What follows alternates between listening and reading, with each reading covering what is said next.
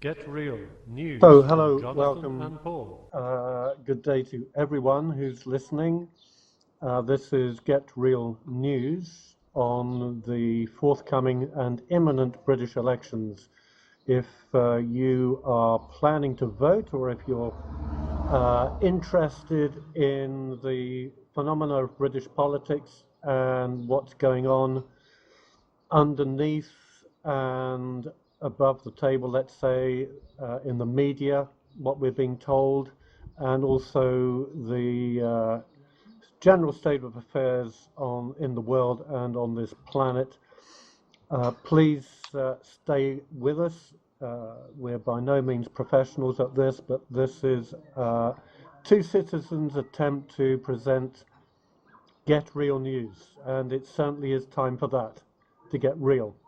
I'm joined today by Paul Palmer, a good friend and colleague of mine.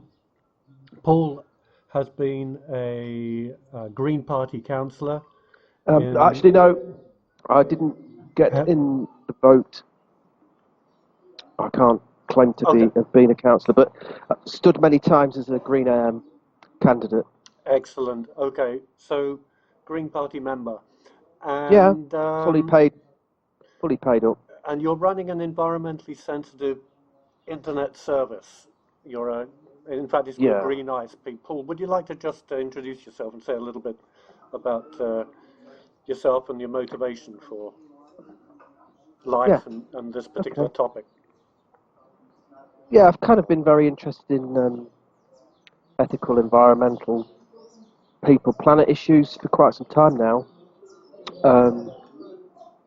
Started a business about 12, 13 years ago to raise awareness of the IT industry and its role in society and the way it affects day-to-day living, the effect on the environment it has, the energy consumption, and now I'm running a business offering services that are more ethical and environmentally guided.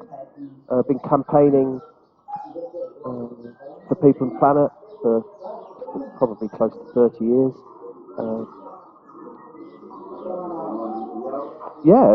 Just a passion really to actively participate in trying to make the world a better place, if you like. That's a bit of a dream for most. It's worth it. You're somebody who's really kind of living the dream. I mean, I have to say both of us are partly resident outside of Britain. We both have families in the UK, and we spend some of our time there. So we have the benefit, in some respects, of being of an objective view. Of course, I mean, we can see, sure. Outside the box a little bit. Yeah, especially with all the Brexit, European stuff in the media and being politicised, which it is. It's a political. It's an economic, social, political union. So we are in a good position to be able to make comment on that, because spending a lot of time within the EU, the mainland, the bloc, you get to see what really is going on in Europe and the European countries. It's not just read through the Daily Mail, is it? It's real being with.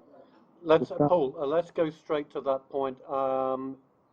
The subject really is about a reality check for people in Britain and at large. I'm interested in the perspective of our consent to being governed, that we actually consent and therefore comply with the decisions of politicians. I actually wonder oftentimes if they're relevant anymore to the real people's experiences on a day-to-day basis. But as we observe British politics and what's actually happening in the media and what we're being told, I've recently seen a sort of massive surge of support for Corbyn. I've been watching some of the videos. He's gathering a great deal of attention. Meantime, the media tends not really to be supportive, actually paint a very dark picture. Theresa May, just 1 minute. Sorry, go on. Theresa May, on the other hand, seems to be tied into a corporate level and agenda? Are we a polarized nation, Paul? Well, I think the media coverage of this election, I mean, it's a bit of a charade, to be quite honest. You've got Theresa May staging most of her events around the country as if she's super popular, and Jeremy Corbyn's attracting 10 times the size of crowds when he's speaking. But the media don't seem to ever mention it. I've got some friends who have told me firsthand that, for example, in Yorkshire, in Halifax, coincidentally was the Jeremy Corbyn speech, and just shortly after that, Theresa May turned up in the same town. Right. And she was pretty much rallied out of town. Yeah. And no one was doing that for Corbyn. They were welcoming him in and cheering him. And so it's like, this is a Conservative stronghold. Halifax Town Hall is controlled by the Tories. So really, I don't know where the news gets its stories from. They're obviously made up. Well, we've just had this Manchester bombing, and that's a tragedy for everyone involved. The parents and the children, the families. It's another shock to our humanity.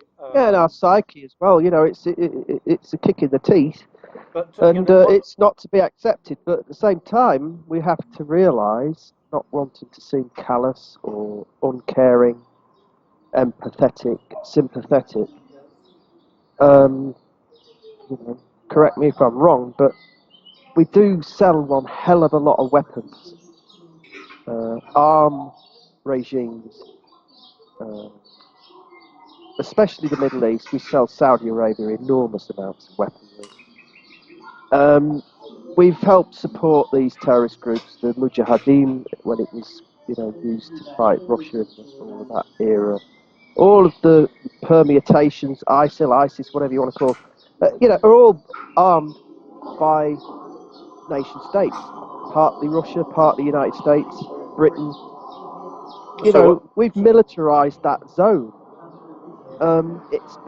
You just see Theresa May publicly, having press conferences showing how we're going to do these amazing deals with Saudi Arabia, signing more arms deals. We have arms shown at Earl's Court, I think it is. It's like the ideal home exhibition of warfare, boasting about how we can blow bigger things up, sell more hand-to-hand combat tanks, you name it, as if it's some kind of show. I mean, and then we wonder why it is that we've got this terrorism. It's kind of, we've set this all up, it seems to me. It's like we've almost created the problem, and now we're going to create a solution for it. Well, one of these things that... Yeah, it's like a weird, strange one of the things situation. Which, to follow on, Paul, that I've observed is that, I agree with you. What I observe is that prior to Brexit, we've had this open border policy.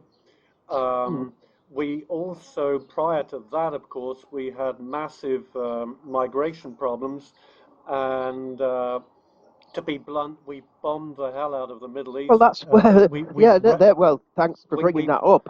We the same thing. The refugee crisis. Pretty much We're so. selling arms, and at no point do we really seem to address these issues. No, I mean, they never bring them up. Isn't it funny? It's like, of course, it's terrible, the Manchester situation, and of course, the media are going to want to, mourn and be all, it's like funds being raised to help the families and all of that, but no, not a single mention of any link to the causality of why we have this in the first place. I mean, it was a bit like that during the Irish situation.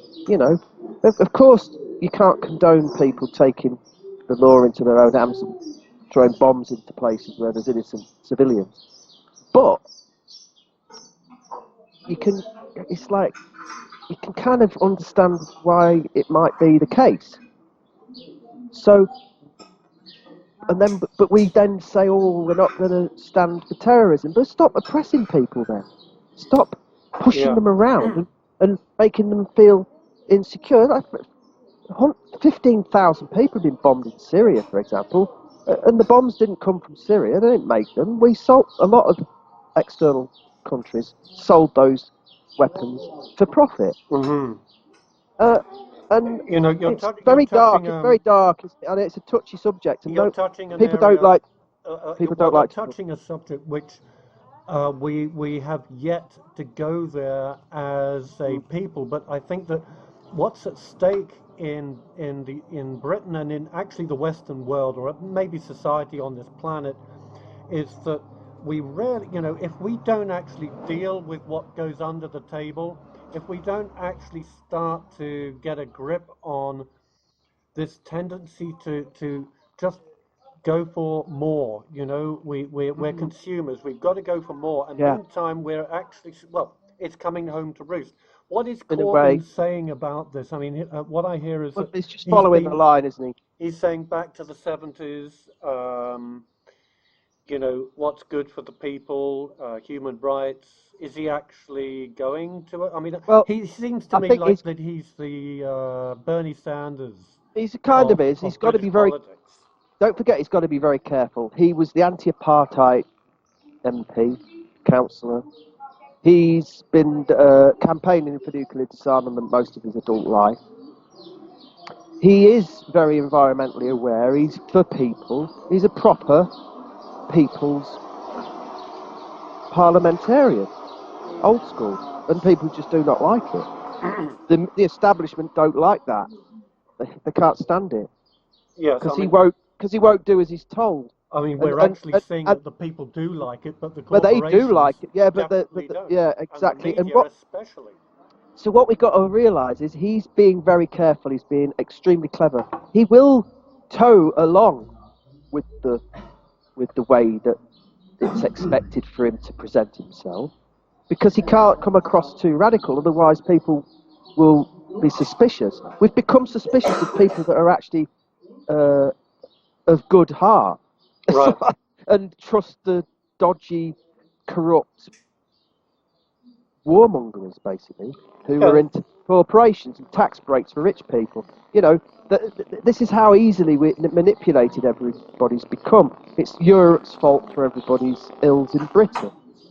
Well, we've just and all of that. It's like, many people. Of course, Europe might not be a good thing. It might not work. All that, but it's just easy to blame everywhere else. Yes, thank you for that point. I mean, recently we've spoken. I've spoken especially about the corporatization of the world. That it's humanity versus that particular type of doing business, which sells arms regardless, almost without any empathy or compassion. Well, actually, really with none. Britain, well, let's say Europe, fended off the transatlantic trade agreement with relative success, but it does seem to be. Sorry, I just have to interject there. We do have to give credit to some of the British politicians, including Conservative MPs. They were actually against TTIP. TTIP. Yeah, they were. It was very strongly opposed in the UK, and a lot of European countries were quite for it, because they could see some really good advantageous deal economically by setting it up. But I think they've come to realise that it's all completely flawed, because it undermines their, the sovereignty, if you like. But I mean, if we're to deal with the media situation, for example, I recently saw a headline in the Sun newspaper suggesting that Corbyn has blood on his hands in relation to the Manchester bombing. It's outrageous, isn't it? It's not only outrageous, it's a crime against humanity that there should be media on the streets putting out that type of message. I mean, it seems to me whoever's behind that it's a desperate attempt to shore up a corporatized model. Well, I could tell you from my point of view, if they were working for me and I was the editor, I'd sack them, whoever wrote that article or whoever spoke it out. Of course. And it's probably the editor that instigated it in the first place. Well, but the point is, you've got, of course, he's against Corbyn as a campaign for nuclear. He believes we should basically scrap Trident in the long term. It's not serving a purpose. You know, you create enemies, don't you, if you start kind of trying to kind of up the ante on the bully states. So he's got to be careful though, because he needs to get into power so he can enact these things.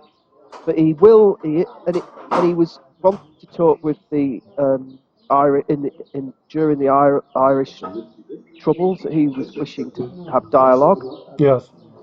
And the main parties, well, the main the front benchers and the Conservative Party at the time, they just you couldn't even listen to Gerry Adams on the TV.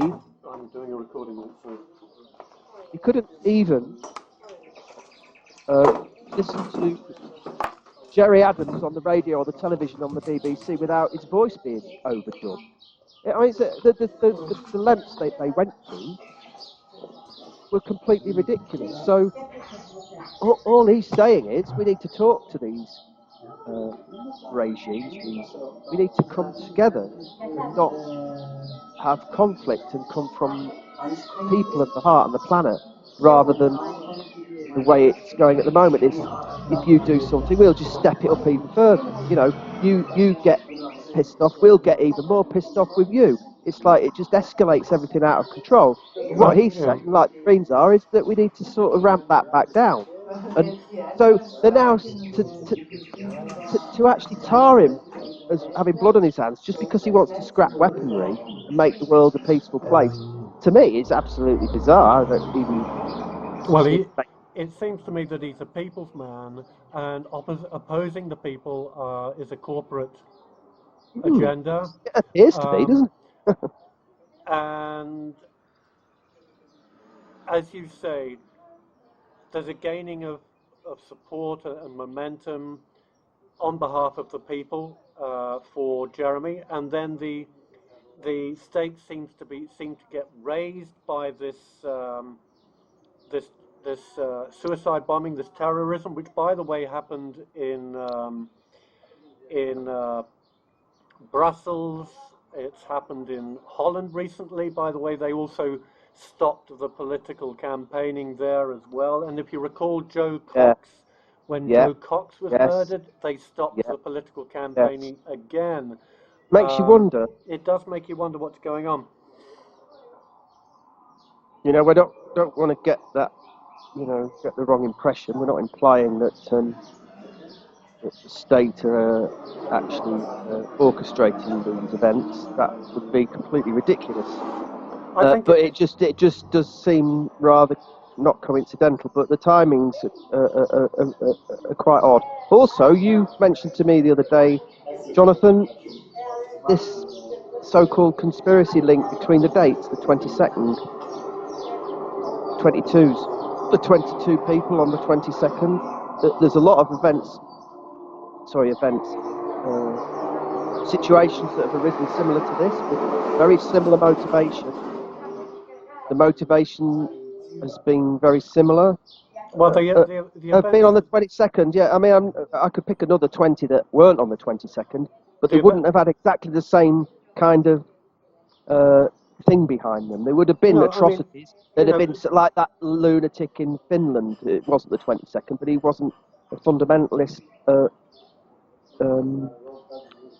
Jihadist, whatever you want to call it. I mean, what we're talking about here is that there have been, in the last few years, a string of this type of shocking event which destabilizes society that have happened on the 22nd.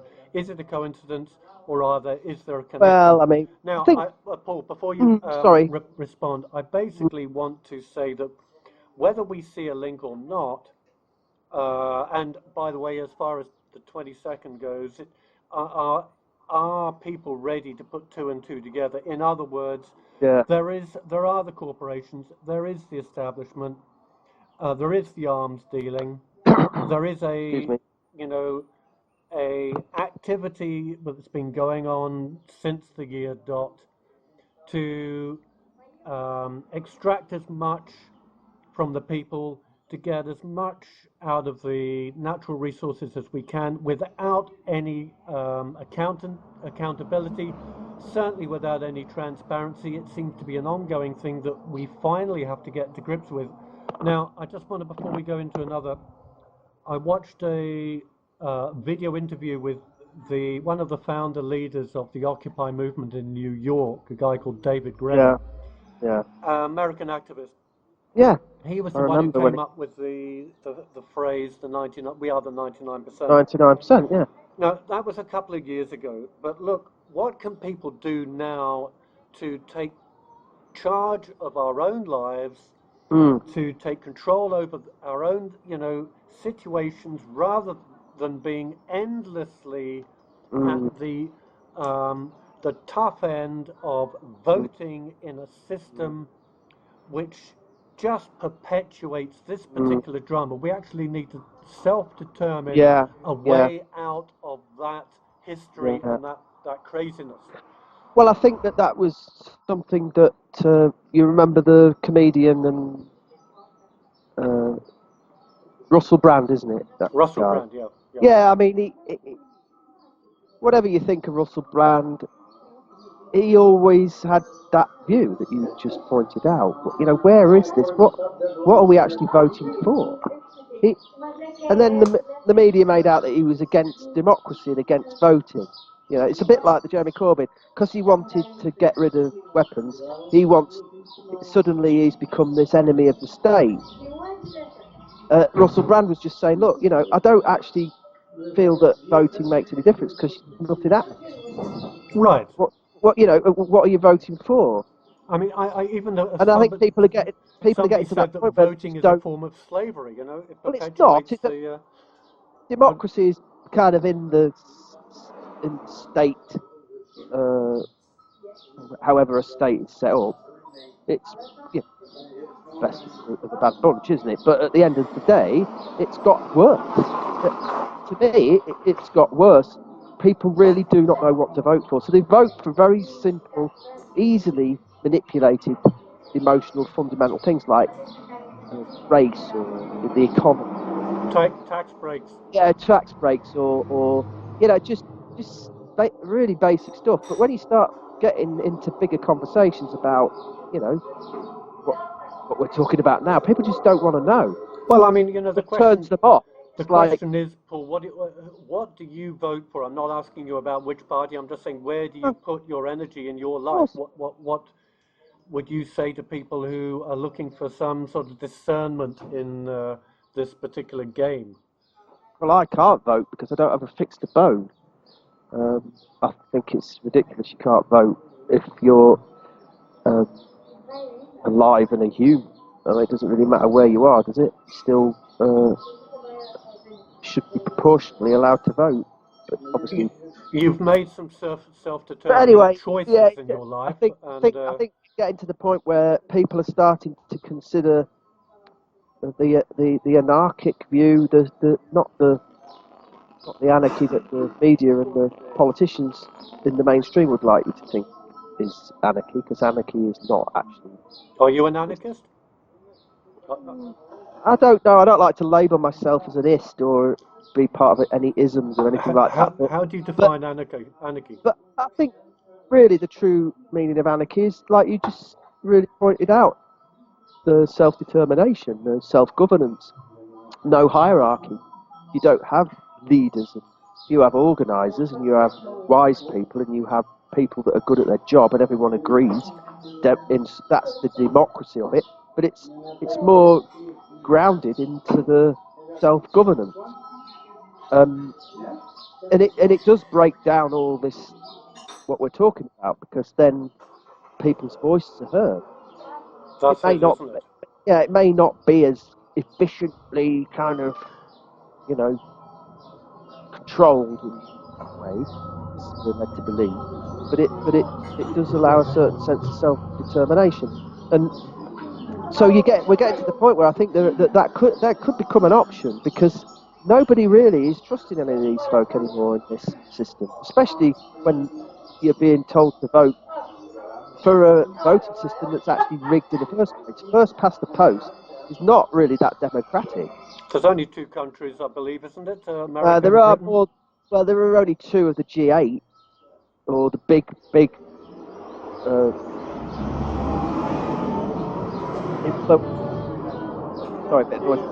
influential countries in the world that opt for that. It is the USA and Britain. Most of the European countries don't have that. Even in Scotland, in certain elections, they have the single transferable vote. So it's not proportional representation, but it's getting close to that. But only 39%.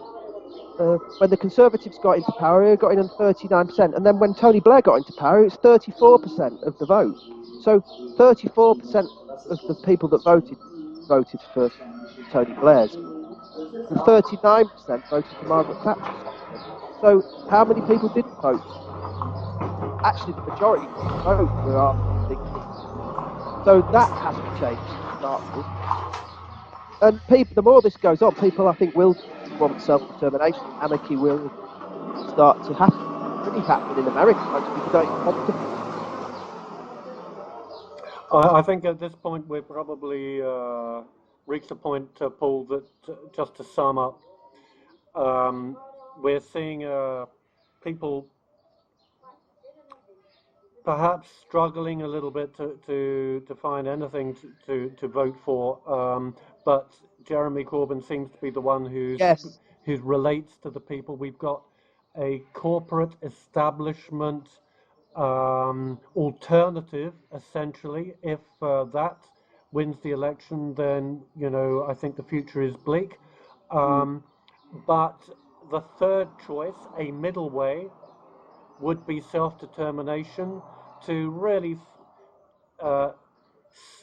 be quiet with oneself and choose an option that is best for one's family, and speak to other people, neighbors, friends, in order to determine what is the best choice for each individual out there in our society. Otherwise, we're simply repeating history. So I'd like to thank you, Paul, for joining us and for the conversation. If there's anything you'd like to sum up with, please do. No, not really, Jonathan. I mean, have you ever thought of taking this up for a living? Yeah, well, we'll put a donation pot at the end of the show. Yeah? Very nice conversation, Jonathan. All right, let's do some more. Have many more. Yeah. Good one, Paul. Take care. From the heart. Yeah. Bye. Cheers.